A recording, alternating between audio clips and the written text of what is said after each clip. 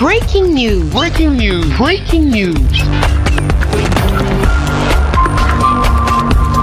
Cameroun, premier tour des journées locales de vaccination contre la poliomyélite. La région du littoral lance la riposte.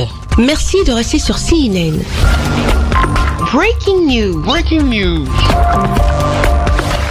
Du 23 au 26 avril 2026 se tiendront le premier tour des journées locales de vaccination contre la poliomyélite. L'annonce a été faite ce jeudi 16 avril 2026 par le Dr Léonard Ewanet, coordinateur régional du programme élargi de vaccination pour le littoral. Au cours d'une séance de briefing média qui se déroulait à la salle de conférence de la délégation régionale de la santé du littoral. Ces journées de vaccination contre la poliomyélite se tiennent dans un contexte de riposte suite à la résurgence du poliovirus sauvage sur le territoire camerounais ainsi que dans les pays de la sous-région. Nous avons décidé de vous convier à ce briefing qui est en faveur de la mise en œuvre du premier tour des journées locales de vaccination contre la polio. Et ceci, c'est en riposte au cas de poliovirus circulant qu'on a eu à détecter dans notre pays et aussi au niveau des pays de la sous-région. Il faut dire que la campagne cible beaucoup plus les enfants de 0 à 59 mois.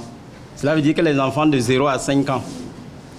Et au niveau de la région, nous avons une cible qui oscille autour de 764 220 enfants qu'on doit pouvoir vaccinés au cours de la campagne. Une séance de briefing média faisait suite aux séances de briefing des équipes cadres ainsi que celles des moniteurs de flacons pour une utilisation plus efficace de ce vaccin dans l'objectif de sensibiliser le plus grand nombre des parents à faire vacciner leurs enfants afin de les protéger efficacement contre cette maladie contagieuse mais évitable grâce au vaccin. Le premier objectif, c'est de s'assurer que nous avons informé au moins 95% des parents avant le passage des équipes.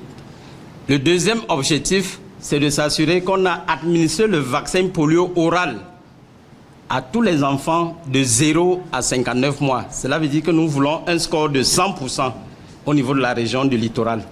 Troisième objectif, c'est de s'assurer que nous avons pu attraper tous les enfants qui ont manqué un ou plusieurs rendez-vous. Dans le cadre de la mise en œuvre de la vaccination de routine, c'est une opportunité pour pouvoir leur administrer le vaccin qui a été manqué.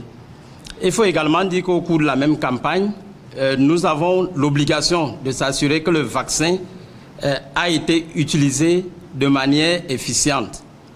Et aussi, nous allons saisir l'opportunité pour renforcer la surveillance des maladies évitables par la vaccination.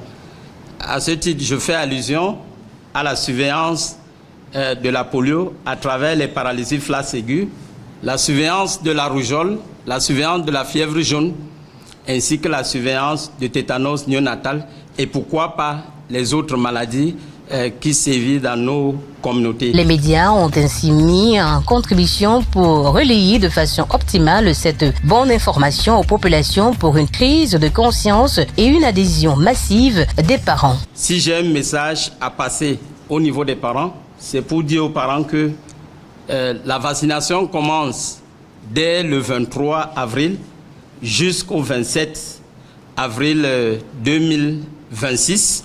Mais avant le passage des équipes, nous avons les mobilisateurs qui vont sillonner de ménage en ménage.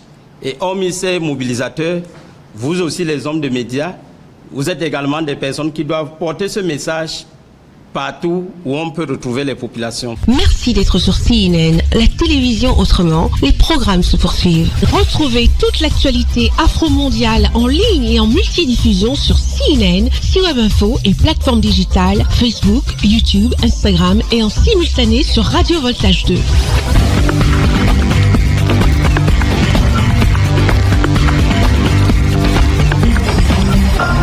Breaking news. Breaking news. Sur CNN.